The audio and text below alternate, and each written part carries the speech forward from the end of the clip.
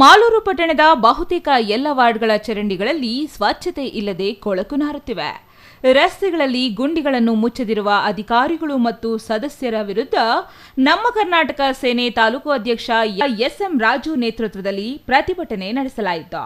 ಪಟ್ಟಣದ ಬಸ್ ನಿಲ್ದಾಣದ ಪಕ್ಕದ ರಸ್ತೆಯಲ್ಲಿ ಚರಂಡಿ ಸುತ್ತಮುತ್ತಲಿನ ಅಂಗಡಿ ಮುಗ್ಗಟ್ಟಿನಿಂದ ಹೊರಬರುವ ತ್ಯಾಜ್ಯದಿಂದ ಸ್ವಚ್ಛತೆ ಇಲ್ಲದೆ ಸ್ಥಳೀಯ ಅಂಗಡಿಯ ಮಾಲೀಕರು, ಸಾರ್ವಜನಿಕರು, ಪಾದಚಾರಿಗಳು ಮೂಗು ಮುಚ್ಚಿ ಸಂಚರಿಸುವ ಪರಿಸ್ಥಿತಿ ನಿರ್ಮಾಣವಾಗಿದೆ.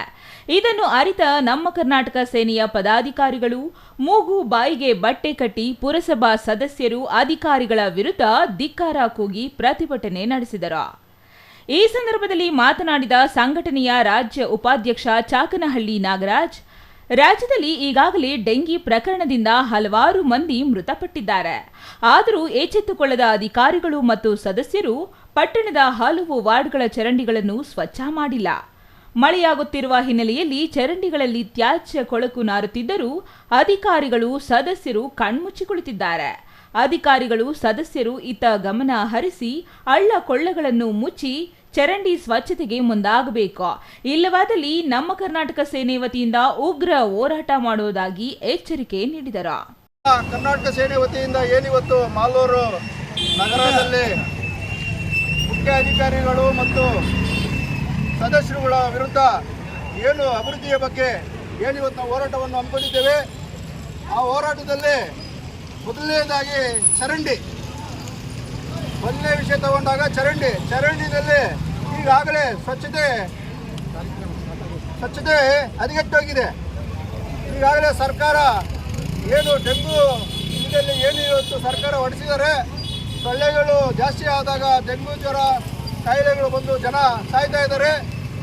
ಆದ ಕಾರಣ ಈ ನಮ್ಮ ಕೋಲಾರ ಜಿಲ್ಲೆ ಮಾಲೂರು ತಾಲೂಕಿನಲ್ಲಿ ಮುಖ್ಯಾಧಿಕಾರಿ ಇರ್ಬೋದು, ಸದಸ್ಯರುಗಳಿರ್ಬೋದು ಯಾವುದೇ ಗಮನ ಹರಿಸ್ತಾ ಇಲ್ಲ.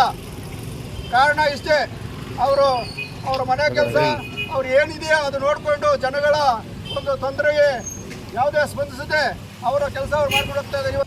ಮುಖ್ಯ ಅಧಿಕಾರಿಗಳು, ಸಿಬ್ಬಂದಿಗಳು ಮತ್ತು ಜನಪ್ರತಿನಿಧಿಗಳಾದ ಸದಸ್ಯರುಗಳು ಇದನ್ನು ಸ್ಪಂದಿಸಿ ಕೂಡಲೇ ಮಾಲೂರಿನ ಟೌನ ಎಲ್ಲ ನಗರಗಳ ಟೌನ್ನ ಬೀದಿಗಳಲ್ಲಿ ಸ್ವಚ್ಛತೆ ಕಾಪಾಡಿಕೊಂಡು ನಮ್ಮ ಜನಗಳಿಗೆ ಅನುಕೂಲ ಮಾಡಿಕೊಡ್ಬೇಕಂತ ಹೇಳಿ ನಾನು.